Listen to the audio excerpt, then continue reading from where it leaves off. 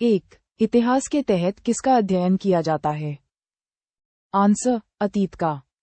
2. यूनान के प्रथम इतिहासकार एवं भूगोलवेत्ता कौन था? Answer, Herodotus.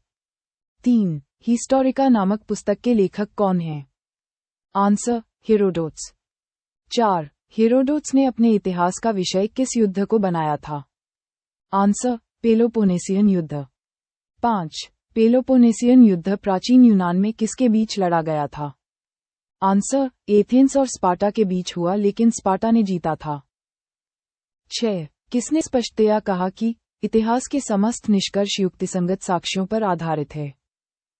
आंसर, थ्यूसिडाइडस। 7. इतिहास का पिता किसको कहा जाता है? Answer, Herodotus. 8. भूगोल का पिता किसको कहा जाता है? Answer, Hecataeus. 9. द हिस्ट्रीज के रचनाकार कौन है? Answer, Herodotus. 10. इतिहास अपने को दोहराता है, ये किसका कथन है? Answer, Karl Marx. 11. हम इतिहास से यही सीखते हैं कि आदमी इतिहास से कभी कुछ नहीं सीखता, ये कथन किसका है? Answer, Hegel. 12. किसका कथन है समस्त इतिहास वर्ग संघर्ष का इतिहास है? Answer, Karl Marx. 13. किसने द्वंद्वात्मक भौतिकवाद के सिद्धांत का प्रतिपादन किया? Answer, Karl marks.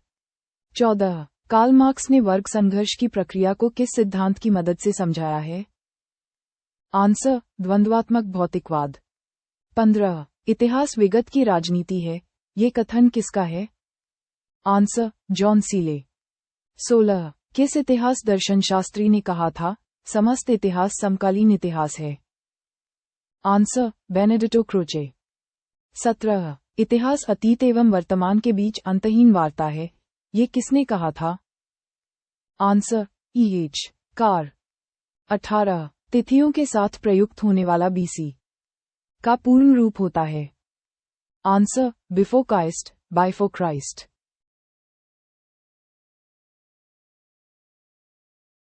19. AD का पूर्ण रूप? उत्तर, एनो डोमिनी।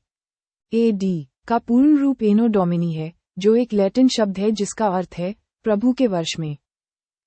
इस प्रणाली का उपयोग ईसाई कैलेंडर में वर्षों की गणना के लिए किया जाता है, जिसमें एक ही को ईसा मसीह के जन्म का वर्ष माना जाता है। 20. विक्रम संवत की स्थापना?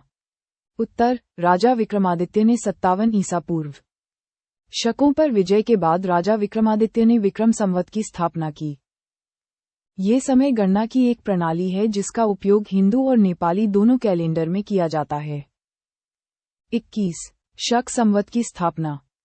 उत्तर, कनिष्क ने 78 ई में शक संवत की स्थापना कुषाण शासक कनिष्क ने की थी। भारत सरकार ने 22 मार्च 1957 को इसे राष्ट्रीय कैलेंडर के रूप में अपनाया। 22. गुप्त संवत की स्थापना? उत्तर, चंद्रगुप्त प्रथम ने 320 ई में गुप्त संवत की शुरुआत गुप्त साम्राज्य के प्रथम महान शासक चंद्रगुप्त प्रथम ने अपने राज्याभिषेक के अवसर पर की थी। 23. कले संवत का आरंभ? उत्तर, 3102 ईसा पूर्व। कले संवत, जिसे कलियुग के नाम से भी जाना जाता है, 17-18 फरवरी 3102 ईसा पूर्व को शुरू हुआ था। यह महाभारत युद्ध की समाप्ति और भगवान कृष्ण के वैकुंठ गमन से जुड़ा है। 24. हर्ष संवत की स्थापना? उत्तर, हर्षवर्धन ने 606 ई में हर्षवर्धन ने अपने सिंहासनारूढ़ होने के उपलक्ष्य में हर्ष संवत की स्थापना की। 25. कलचुरी संवत? उत्तर, त्रिकुटिक संवत। त्रिकुटिक संवत को कलचुरी संवत के नाम से भी जाना जाता है क्योंकि इसका प्रयोग कलचुरी शासकों द्वारा किया जाता था। ये 248-249 तक प्रचलित था। 26. नया संवत शुरू करने वाला राजा? उत्तर, लक्ष्मण सेन, 1119 ई। राजा लक्ष्मण सेन ने 1119 ई में लक्ष्मण संवत की शुरुआत की थी। ये कैलेंडर बंगाल और बिहार में कम से कम 400 वर्षों तक प्रयोग किया गया। 27. विक्रम और शक संवत में अंतर? उत्तर, 135 वर्ष। विक्रम संवत और शक संवत के प्रारंभ के बीच 135 वर्ष का अंतर है। 28. पुरातत्व में स्तरीकरण विधि? उत्तर, भौतिक अवशेषों का क्रमिक निक्षेपण। पुरातत्व में स्तरीकरण पद्धति का उपयोग भौतिक अवशेषों के अनुक्रमिक निक्षेपण को समझने के लिए किया जाता है। 29. कार्बन-14 डेटिंग पद्धति का विकास। उत्तर, विलार्ड लिब्बी ने 1949 में कार्बन-14 डेटिंग पद्धति का विकास रसायनज्ञ विलार्ड लिब्बी ने किया था। 30. Radiocarbon dating. उत्तर, radiocarbon dating C14। Radiocarbon dating C14 एक विधि है जिसका उपयोग प्राचीन वस्तुओं की आयु निर्धारित करने और सभ्यता की प्राचीनता का पता लगाने के लिए किया जाता है। 31. चट्टानों के लिए डेटिंग विधि।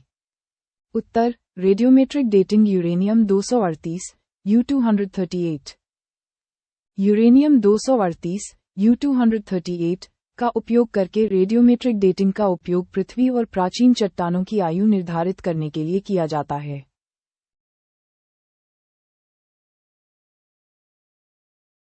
33. प्रागैतिहास का अंत एवं इतिहास का आरंभ। आंसर, मानव ने लिखना सीखा। प्रागैतिहासिक काल का अंत और ऐतिहासिक काल का प्रारंभ तब माना जाता है जब मानव ने लिखना सीख लिया था, जिससे लिखित अभिलेख उपलब्ध हुए। 34. भारत के संदर्भ में ऐतिहासिक काल हिस्टोरिक पीरियड का आरंभ। आंसर, 600 BC से। भारत में ऐतिहासिक काल का आरंभ लगभग 600 BC से माना जाता है, जब लिखित साक्ष्य उपलब्ध होने लगे थे। 35. सिंधु सभ्यता को आद्य ऐतिहासिक सभ्यता कहा जाता है। आंसर, लेखन। सिंधु सभ्यता को आद्य ऐतिहासिक प्रोटो हिस्टोरिक सभ्यता कहा जाता है क्योंकि यहाँ लेखन के प्रमाण तो मिले हैं, लेकिन अभी तक उन्हें पूरी तरह से पढ़ा नहीं जा सका है। 36. किसने इतिहास को प्राचीन, मध्यकालीन और आधुनिक 3 भागों में बांटकर देखने का रिवाज चलाया? Answer, Christian Cellarius. इतिहास को प्राचीन, मध्यकालीन और आधुनिक 3 भागों में बांटकर देखने का रिवाज सबसे पहले क्रिस्टोफ सेलेरियस ने चलाया था। 37. इतिहास को प्राचीन, मध्यकालीन और आधुनिक 3 भागों में किसने विभाजित किया? आंसर, जेम्स मिल। जेम्स मिल ने अपनी पुस्तक a history of British India में भारतीय इतिहास को प्राचीन, मध्यकालीन और आधुनिक 3 कालों में विभाजित किया था। 38. किसने गुप्त संवत के प्रारंभ के निर्धारण के संबंध में महत्वपूर्ण सूचना दी है? आंसर, अल-बरूनी। अल-बरूनी ने गुप्त संवत के प्रारंभ के निर्धारण के संबंध में महत्वपूर्ण जानकारी दी है। 39. प्राचीन भारत में इतिहास लेखन की कौन सी महत्वपूर्ण शैली प्रचलित थी? आंसर, अभिलेख और शिलालेख। प्राचीन भारत में इतिहास लेखन की सबसे महत्वपूर्ण शैली अभिलेख और शिलालेख थी, जिसमें राजा अशोक के शिलालेख और स्तंभलेख प्रमुख उदाहरण हैं। 40. इतिहास के समस्त निष्कर्ष युक्तिसंगत साक्ष्यों पर आधारित है। ये किसका कथन है? Answer, Collingwood. ये कथन